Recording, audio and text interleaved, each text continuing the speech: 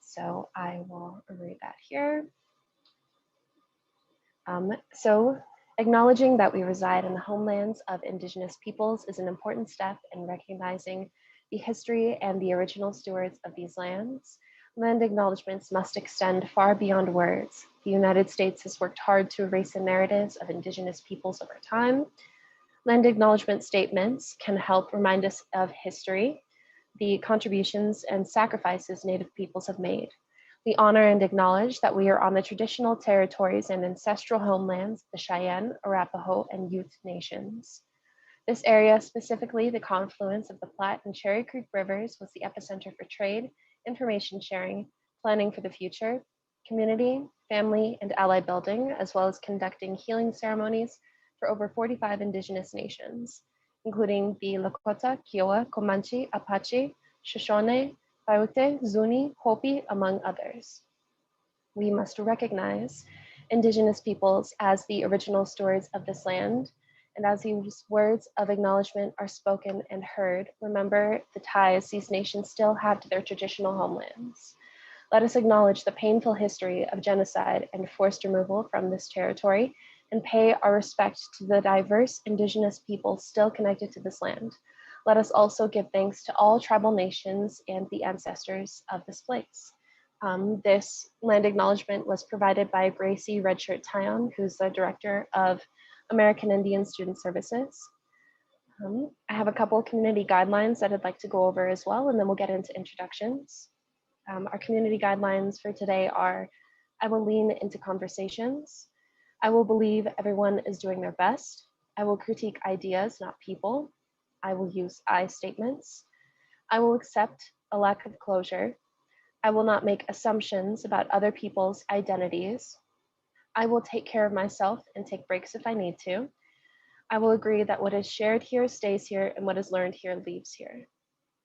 So now that we have those acknowledgements and guidelines out of the way, I'll introduce myself. My name is Aja Mejia. I am the president of the Multiracial Biracial Student Alliance, and I'm also the Mixed Heritage Programming Coordinator for the Center for Identity and Inclusion. I'd like to introduce James R. Morgan III, who's a Howard graduate, where he studied mass communications and African American history. He is a Prince Hall Freemason and currently serves as the Grand Historian and Archivist of the most worshipful Prince Hall Grand Lodge of the District of Columbia. Mr. Morgan's research primarily focuses on the African American fraternal experience in the 19th century and genealogy. He is a member of the African American Genealogical Historical Society and serves on the advisory board of the Bishop Henry McNeil Turner Project. Mr. Morgan has spoken at several major conferences, including the International Black Genealogy Symposium, the AAHGS National Conference, and Roots Tech. He has penned and contributed to several published works, including his debut book, The Lost Empire, Black Freemasonry in the Old West, 1867 to 1906, which was awarded the 2019 Dr. Charles H. Wesley Medal of History and the 2020 Phyllis Wheatley Book Award for Nonfiction Biography. Mr. Morgan can be found on YouTube as a panelist on both the Prince Hall Think Tank and Black Pro Gen Live. He is currently employed with the Department of State and serves as the curation and programming consultant with the African American Civil War Museum. Please join me in welcoming James Morgan III. Thank you, Aja. Thank you so much. And I am thrilled to be here with you all today. I am, one thing about me that a lot of folks don't know is that I am a travel nut and I love traveling. And one of my goals is I want to try to visit every one of the 50 states. And I've never been to Colorado. And before maybe about a week or two ago, I really only knew about 2 or 3 people in Colorado. So now that I know you all, I'm hopeful that when I do make it out there, that hopefully, post-COVID, we'll be able to get together and fellowship and get some lunch or something, because I'm just so excited to be talking to you all. I know everybody's in different levels of their academic careers, but I'm very excited anytime I get to talk to students, because I believe that many of the changes that we have seen in America, whether you talk about going back to the 60s to our modern day movements that are going on, the youth and the students really are the ones that drive it, partially because students have the time to sit around and think about some things and then act on them. So I am very honored and privileged that you all would find it within your hearts to ask me to come and share a few words with you today. The presentation I'm going to give is going to be a little different than what I normally would do, in that I want to try to get through the presentation rather quickly, because I really want to have some open discussion with you all so we can sit and think about some things. So without further ado, I'm going to begin my presentation here. Let's go into the PowerPoint. Let's see here. It's that awkward moment that everyone has when they're sharing a screen on Zoom, right? So you all should see the slides. Can I get a confirmation that everyone can see the slides? Great. You're good. Excellent. So as Aja mentioned in my bio, family history means a lot to me. I have been working and researching my family history for about a decade now.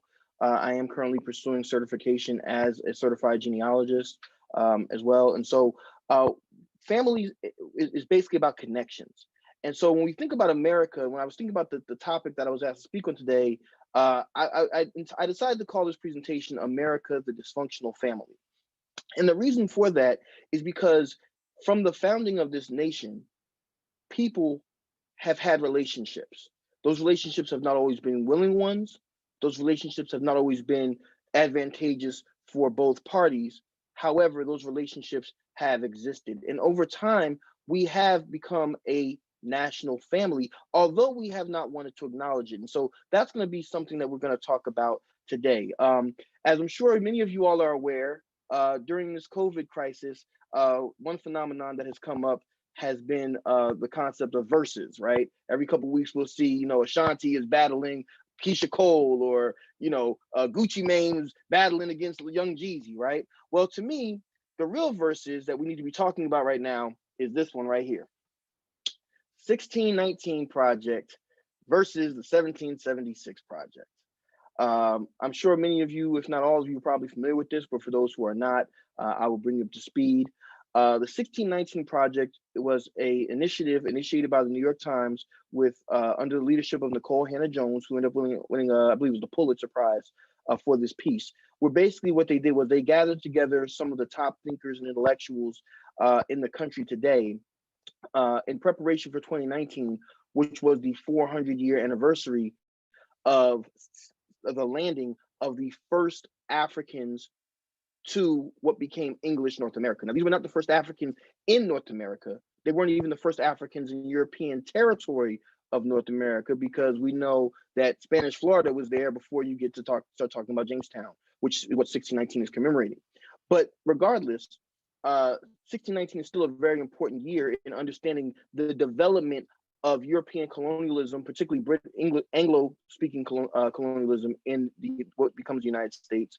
And so it's also a very important marker for understanding the development of the transatlantic slave trade, right? The Africans who were brought to Virginia are actually the ancestors of a significant percentage of the population of the United States today. Many people, and possibly myself, I'm not sure for certain yet, but possibly even myself, many folks are descended from that group. The number that is given, it was 20 and odd, although further research has shown there were more than 20. I believe it was closer to 65 or something like that were brought over from Angola. Now, why were these people brought from Angola?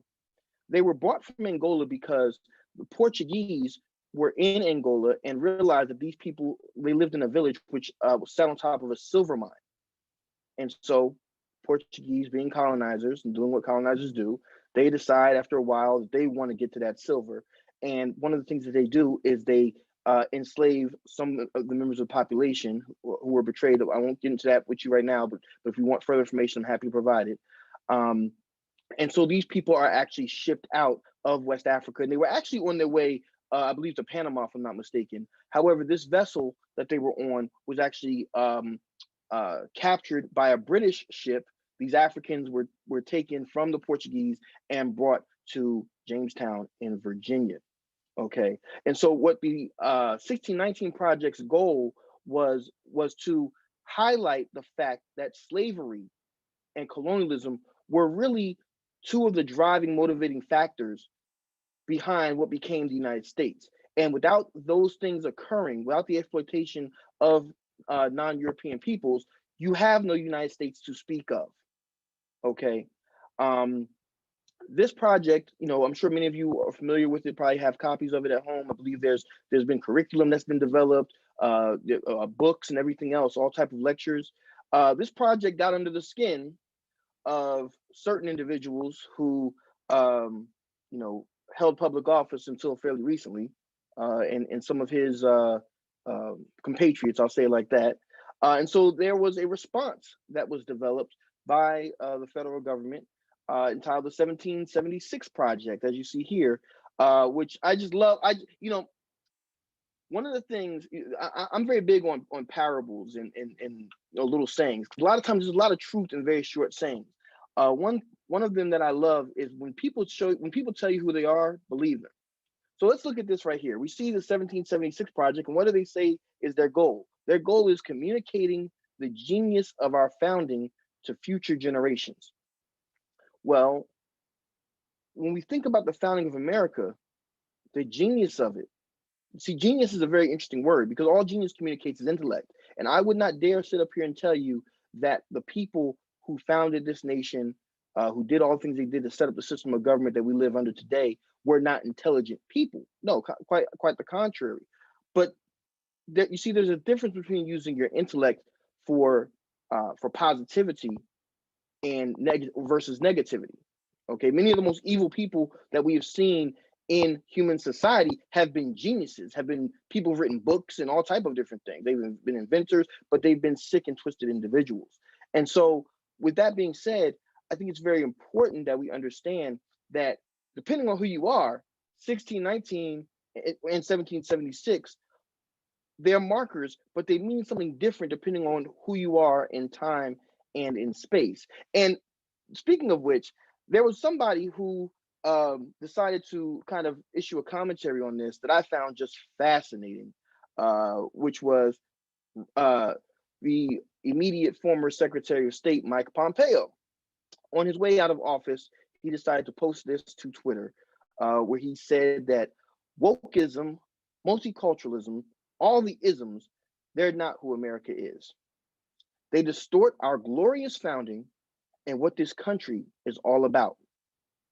Our enemies stoke these divisions because they know they make us weaker.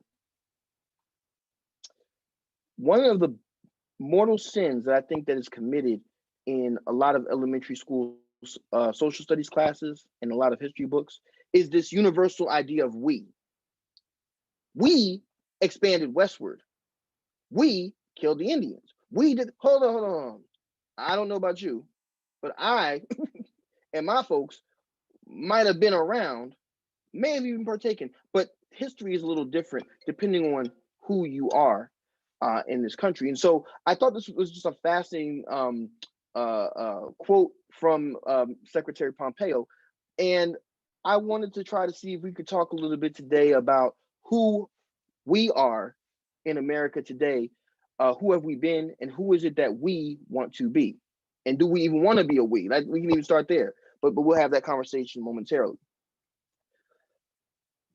January 6th, 2021. This is a day that I don't think any of us should or could ever forget, for a number of reasons. For myself, I look at it as a historic moment in time because, as has been said, I'm sure you've all heard, the Capitol building had not been breached by an aggressive force of that nature in how many years, right?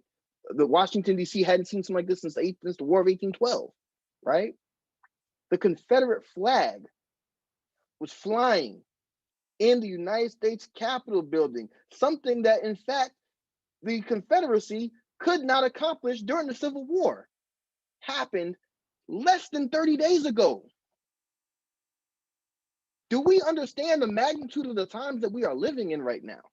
And so for me, I sit back and I think about the great moments in American history as we are taught. You know, Washington crossing the Delaware, Lincoln giving his address 7 years ago, Dr. Martin Luther King, I Have a Dream speech, all these different moments. And here we are with a half naked white man with war paint, animal skins, animal horns.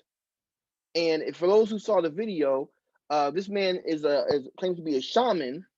They held a prayer in the Capitol building to say we're getting rid of all of the traitors and all this and that. And I'm sitting there now. I don't know how many of you all are familiar with DC. I know my brother Roy Montgomery is here, and I know he knows DC. Let me tell y'all something. DC during January is cold outside. So what would possess somebody or a group of people to do the things that they did on that day? People died. And they claim that they're patriots. They claim that they love America and all these different things. What is the underlying philosophy, the underlying thing that these people are sucked into that some of us are not? Why would they bring a rope?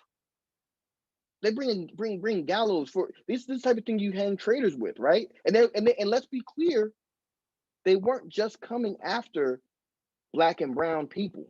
They weren't just coming after Democrats. They wanted the vice president, Michael Pence. Am I lying? Please, if I say anything out of line, please somebody stop me. We can stop the program now. This is what these people were after. So the only thing that I can fathom that would drive people to do this is white supremacy. And white supremacy comes in many forms. Dr. Neely Fuller Jr. stated, as was often quoted by his greatest and most noted student, Dr. Francis Cress Welsing, often stated that if you fail to understand white supremacy, everything that you think you understand will only confuse you. And so tonight, I hope that we can unravel just a little bit of the confusion. And like I said, I'm going to try to get through these slides rather quickly so we can. I really am interested to get to a discussion with you all. So this is me, and this is not necessarily the most flattering picture of me, but this is me. And this picture, I just love this. I took this picture last year, and at the time, I was just honestly just playing with my phone, but I was really sitting back looking at it and going, you know, what made me have this look on my face? 2020 was a hell of a year, I think, for everybody. Am I right? Everybody, I don't care who you are. But I am more than just this moment. You are more than just a moment in just this conversation, obviously. And so I wanted to explain to you all just a little bit about who I am as we get into the presentation. As was mentioned earlier, I am a genealogist, a family historian. And when I was a young child, I was told a story by my grandfather. I'll give you all the condensed version right now, which was when I was 6 years old, my grandfather picked me up from my grandmother's house down in Dothan, Alabama. That's where my mother's side originates.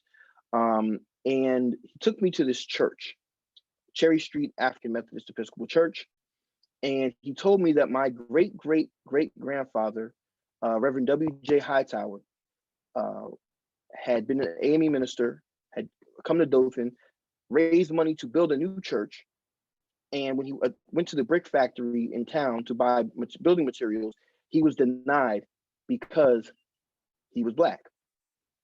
So I knew the story my whole life. And, fortunately, Reverend Hightower was able to build his church. He organized the Black community. That church today exists as not only the oldest religious building in the city of Dothan, but it also is considered the mother AME church in the state of Alabama. It's actually it's a historical landmark down there. It has a sign and everything, right? So I'm very proud of that in my family. As I got older, I let that story, I remembered it. Honestly, I was like, okay, great. Thanks, Granddad. When I got to college, started researching my family history more. I got an assignment actually in one of my classes to do it was family history related. And that kind of started me on this family history journey. When I had just graduated from Howard, and I was still researching the life of Reverend Hightower. And I just was on the phone with my grandfather one day, and I said to him, I said, Granddad, I really wish we had a picture of that man because I just would love to know what he looked like. And my grandfather kind of laughed. He said, oh yeah, I got a picture of him right here. I said, what? What do you mean you have a picture of him right here? He said, "Oh, I'll email it to you." Within 5 minutes, I had the picture, y'all. Within 5 minutes. And this is the picture that my grandfather sent me of my great grandfather, Reverend William Jefferson Hightower. And at that time in my life, I was just about to turn 21. I had never seen a photograph of an ancestor of mine, of a direct ancestor of mine, going back that far. Reverend Hightower was born January the 12th, 1868, and died on August the 2nd, 1935, just so you all can get an idea of how far back we're talking. He's born 1868, I'm born 1989, so pretty big distance there, right? The first thing that hit me when I saw this photograph of this ancestor of mine, this man whose blood flows through my veins, and the first thing that hit my mind, I said it out loud to my grandfather. I said, "Granddad, I don't look nothing like him." And he laughed and he said, "Well, James, that's because his father was a white." Now, for those of you all who can see me on the camera here, I'm a pretty chocolate child. Am I right? I mean, I've been to Africa twice. I've been to Egypt and I've been to Nigeria. Um, I look like just about everybody from in Nigeria. Just about. I couldn't be mistaken for anything else but a black man. That's what That's what I've been for 31 years now at this point in my life. And I don't, unless I get Michael Jackson's doctor, somebody comes around, I think I'm probably gonna just ride this whole thing out, right? But in any event, I when I saw this picture, it just struck me because my family today, most of them, just almost everybody is my color or darker. And so when I looked at this man's face, I looked at his eyes, I looked at his hair. Some of it seemed familiar because my grandfather resembles him a little bit, but some of it looked so foreign. And knowing what I know about history, all these thoughts came to me about the history of slavery, the history of colonialism. Reverend Hightower was born 3 years after the Civil War is over, but his mother had been enslaved. His stepfather had been enslaved. His father, however, had been a slave owner. Okay. And this was something that, it was kind of hard for me to digest on a certain level, in that I'm black. I know I'm black. I've lived black and I'm probably going to die black. But there's this other aspect of my history that I always had kind of, when black people in America, generally speaking, having a rough idea that, yeah, there was probably a white man in the woodshed, as the old folks used to say, somewhere. But this photograph of this great man who was my ancestor really put it in my face about this idea of the rape of black women during slavery and afterwards, and what all these different things meant. And so this photograph was one of the things that propelled me to not only continue researching my genealogy from a documentary standpoint, looking at census records and all those type of things, but also to really look at my DNA. And so in doing that, this is my DNA results from 23andMe. I've tested with them and Ancestry.com and a couple of other websites to try to find out a little bit about where I came from.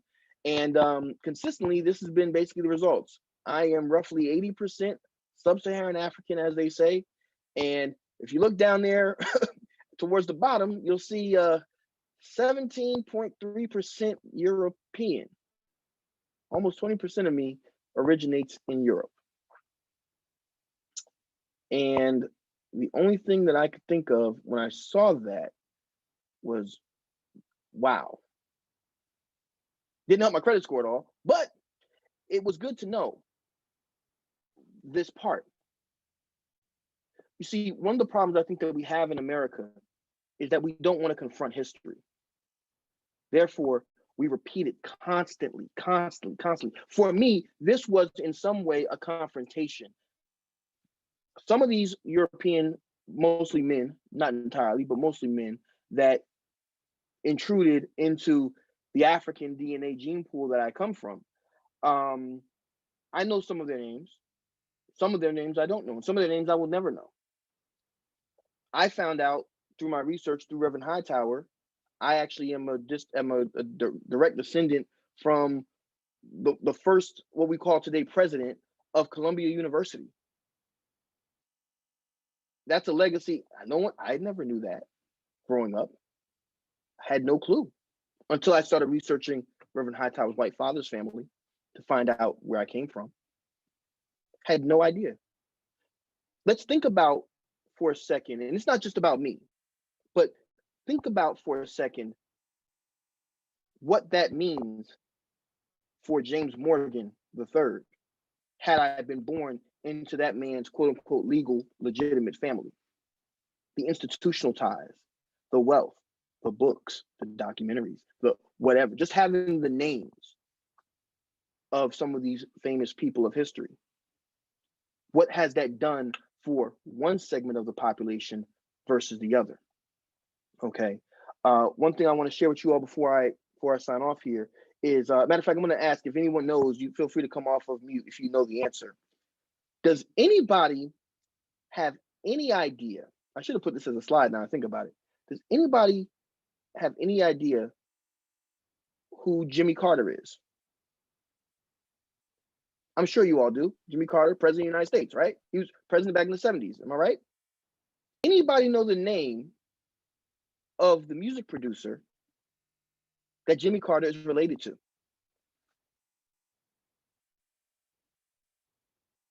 Aja, nobody? Okay, I'll give you a hint.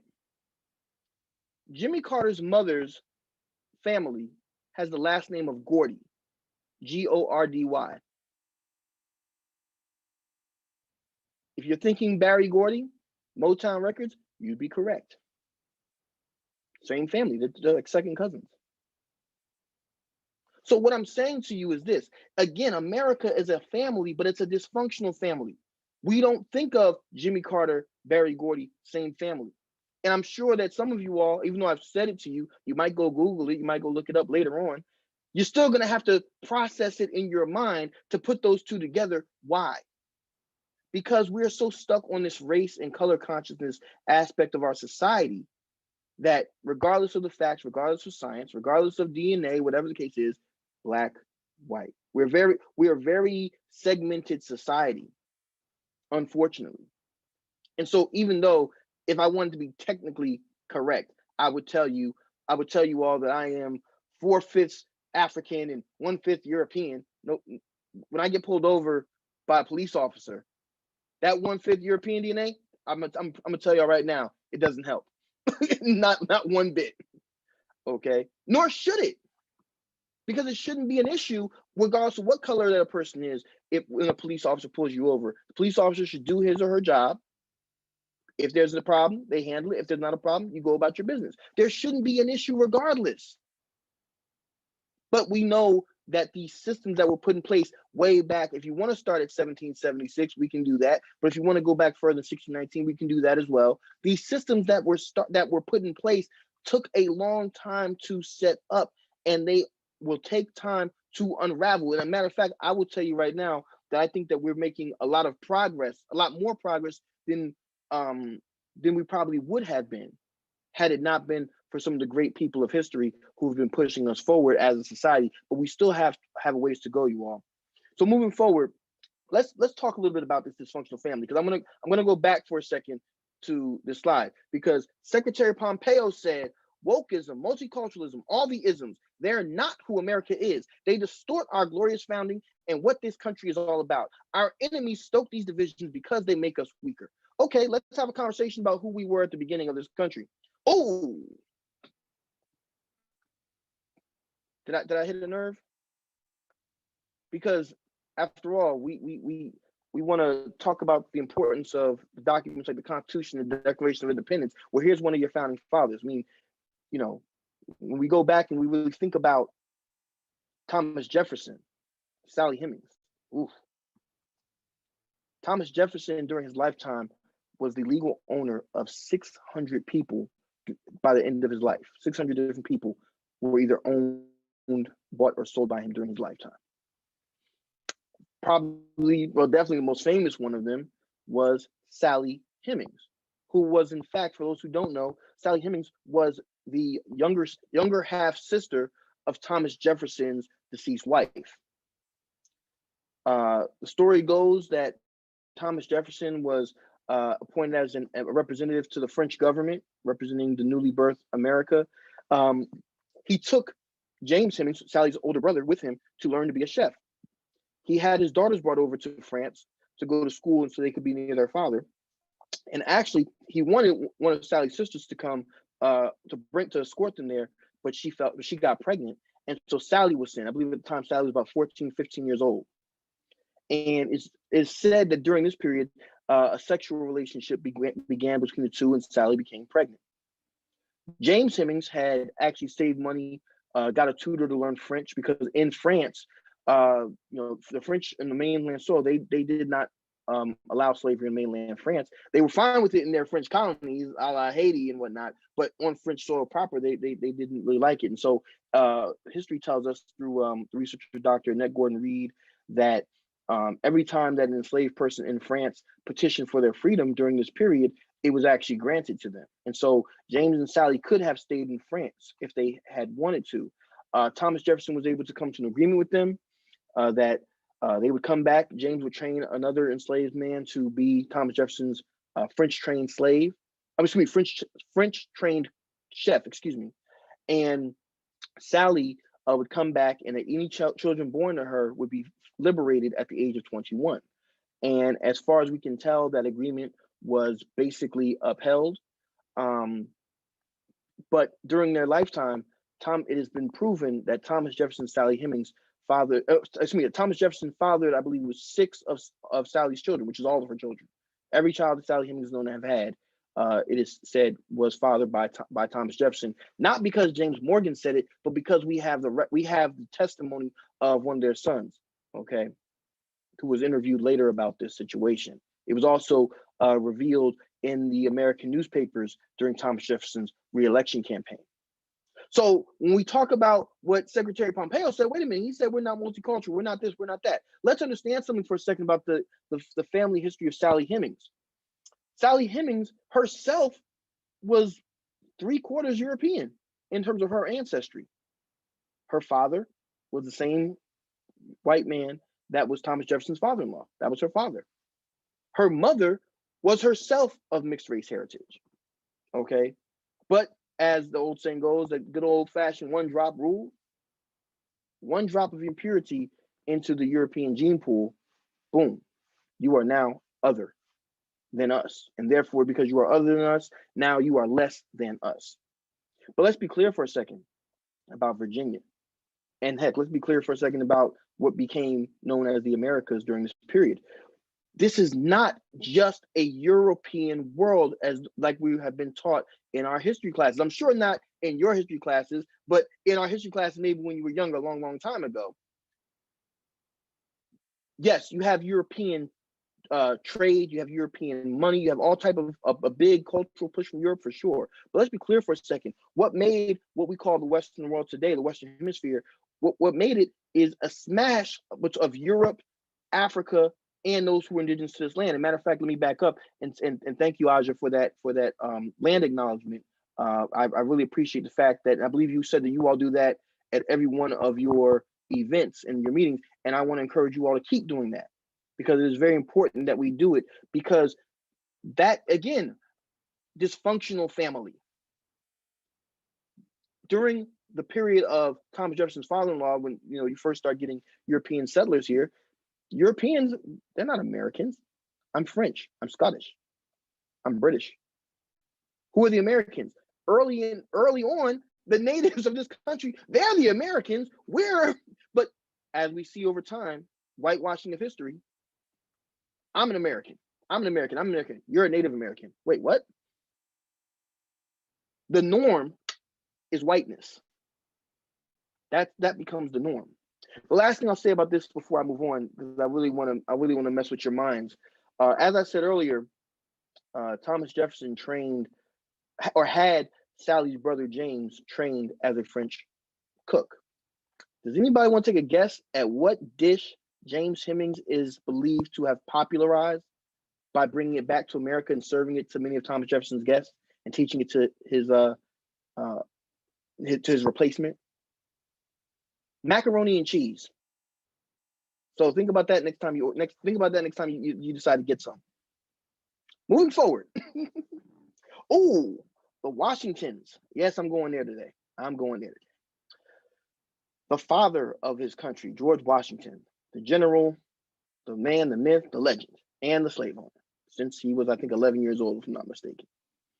There's a really good book about George Washington that I encourage all of you to pick up. It's called An Imperfect God, George Washington and Slavery. A lot of folks like to idolize George Washington, and by idolize, I mean that literally. For those who have not, I'm sure none of you all here, but for anybody who hasn't, as of late, been storming into the United States Capitol building, when you come on a legal tour, I encourage you to go visit and look at the painting that they have there in the roof. It's called the Apotheosis of Washington. Literally, apotheosis means to turn a man or a human being into a god, to deify someone. And so George Washington has been deified in American culture. I don't think we can deny that. But let's be clear for a second. This is a real man. And this man was born at a time when slavery was legal in Virginia. He inherits slaves when his father passes away, and he becomes a slave owner. Not necessarily a large slave owner per se. Well, let me back it up. Not large compared to his wife, Martha. We're going to get to that. But he becomes a slave owner. He, like Thomas Jefferson, like many other Virginians, they say Virginia is the birthplace of presidents, right? It was definitely during this period. He's a slave owner. And it's important that we understand that, because once again, what do you have? You have a car crash between the continents and the cultures of Africa, Europe, and the Americas. And that car crash isn't just cultural, it becomes genetic as well. Many folks do not realize that George and Martha did not have children themselves together, but Martha had children from a previous relationship.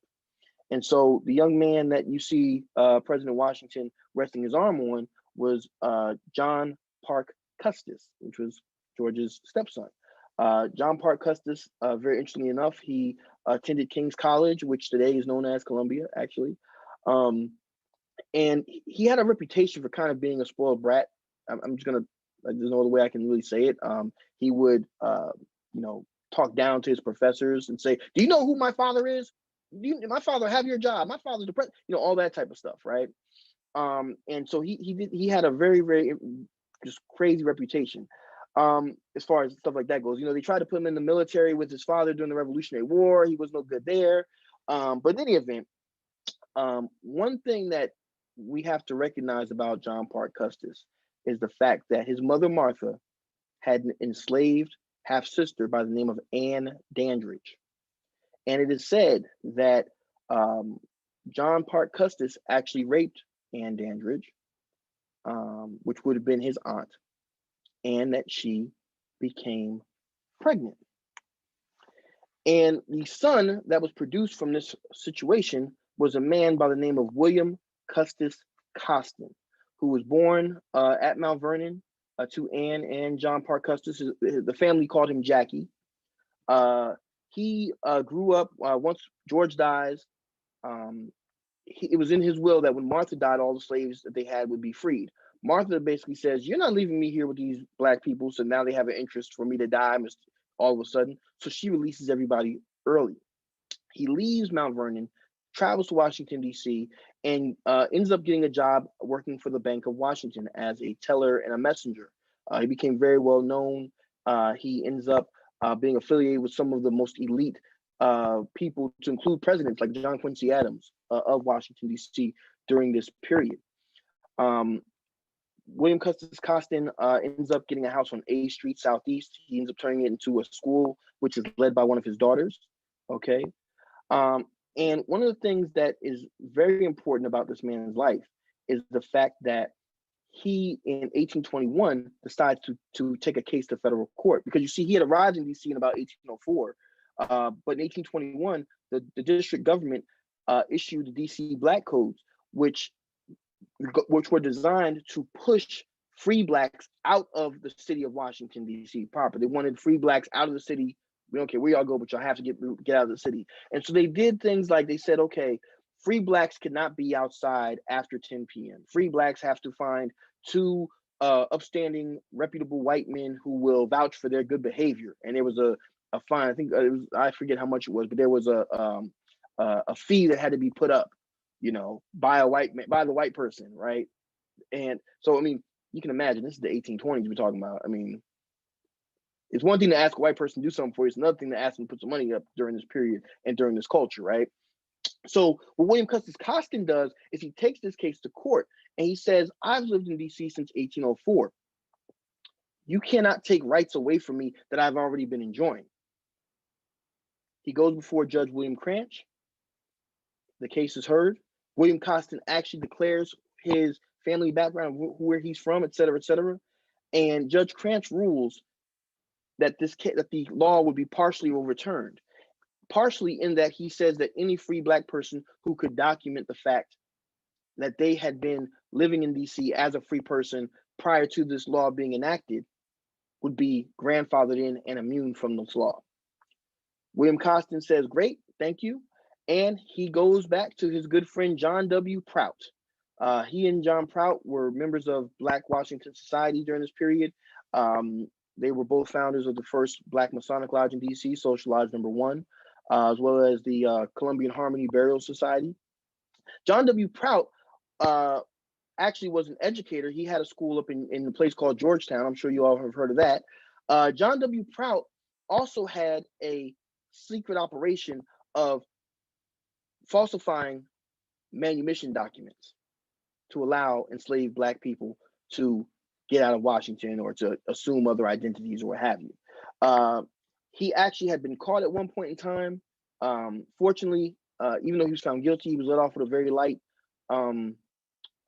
fine.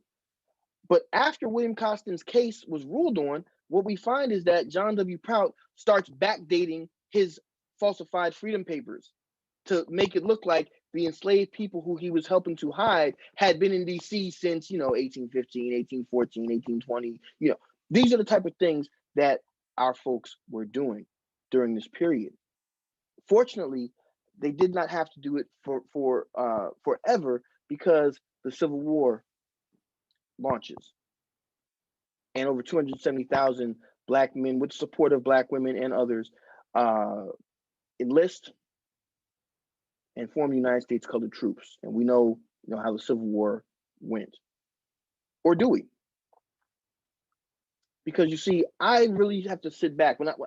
Of all of the images that I saw on January the 6th, the one that you see on the right there with this person, I started to call him a gentleman, but with this person carrying that Confederate battle flag.